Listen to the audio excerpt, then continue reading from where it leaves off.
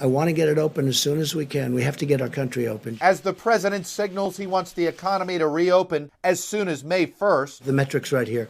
That's my metrics. Many governors who will actually make the decisions on whether to ease restrictions warn widespread testing needs to be a condition. We need an unprecedented mobilization where government can produce these tests in the millions. To go to win against this virus is to be able to do as much testing as possible. We don't have the amount of testing that we would like. Mr. Trump has claimed repeatedly, we have more tests than anybody in the world. But the reality is, though testing capacity has improved, the U.S. trails Germany, Italy, Canada, and South Korea in testing per capita. Less than 1% of the population has been tested. Just 2.7 million diagnostic tests conducted. This week, the administration shifted responsibility for testing back to the states. We're the federal government.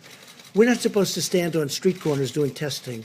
They go to doctors, they go to hospitals, they go to the state. Then, after pushback, reversed course and said states can choose whether to run community-based testing themselves or with federal help.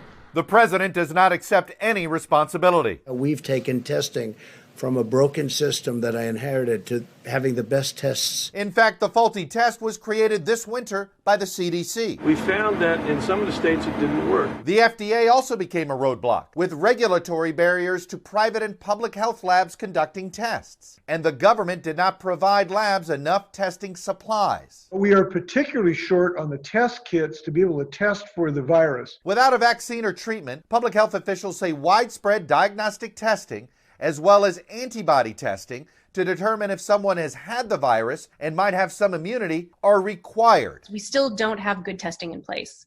We still are missing the widespread testing that's needed for us to understand exactly where we are on this curve. An HHS and DHS projection leaked to the New York Times concludes if stay-at-home guidance is lifted at the end of April, the death toll could be as high as 200,000. The one thing you don't want to do is you don't want to get out there prematurely and then wind up your back in the same situation. And as public approval of the president's handling of the crisis begins to slip, he continues to look for targets to blame. China has been unbelievably taken advantage of us. The World WHO, World Health, got it wrong. I mean, they got it very wrong. In many ways, they were wrong. Hello from Washington, I'm Chuck Todd, and thanks for checking out the Meet the Press channel on YouTube. Click on the button down here to subscribe and click over here to watch the latest interviews, highlights, and other digital exclusives.